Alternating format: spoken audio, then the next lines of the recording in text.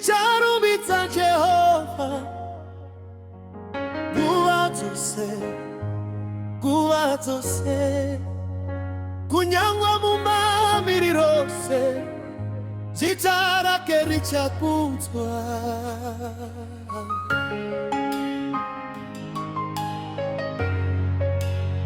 Ndicharumbidza Jehova mumazuva angu ose, nekuti akandichengeta kubva kare kusvikira nhasi. Pandakanga ndichichema akandinzwa Mwari wangu, pandakanga ndisina simba akava simba rangu. Handinganyarari nokuda kwezvawakaita, muromo wangu uchataura kunaka kwake. Mangwanani ndichamutenda, manheru ndichamurumbidza, upenyu wangu wose uchava rwiyo kwaari. Ndicharumbidza, ndicharumbidza Jehova Mwari wangu.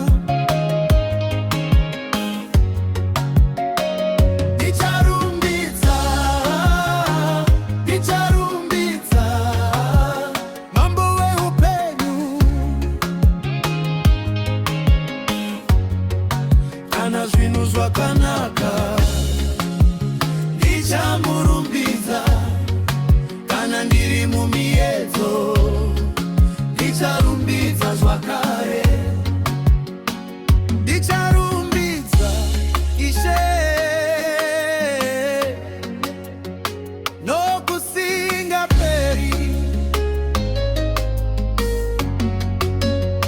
Makandipa rwiyo rutsva panzvimbo yekuchema, makandipa mufaro panzvimbo yekurwadziwa, makavhura mikova yanga yakavharwa, makaita nzira pandaiona pasina. Ndichasimudza maoko ndichipembera kwamuri, nokuti Mwari wangu makatendeka. Vanhu vose ngavazive kuti Jehova akanaka, marudzi ose ngaimbe rumbidzo kuna Mambo. Ndicharumbidza, ndicharumbidza Jehova Mwari wangu. Ndicharumbidza, ndicharumbidza mambo weupenyu, kana zvinhu zvakanaka ndichamurumbidza, kana ndiri mumiedzo ndicharumbidza zvakare. Ndicharumbidza Ishe nokusingaperi. Rumbidzai Jehova nokuti akanaka, rudo rwake haruperi, tinotamba pamberi pake. Haleluya, tichaimba, tichitamba, tichikudza zita rake.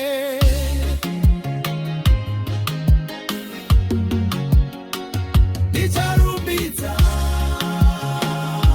Mwari wangu, ndichamukudza nokusingaperi. Ndicharumbidza Jehova mweya wangu muhodzi. Haleluya, haleluya.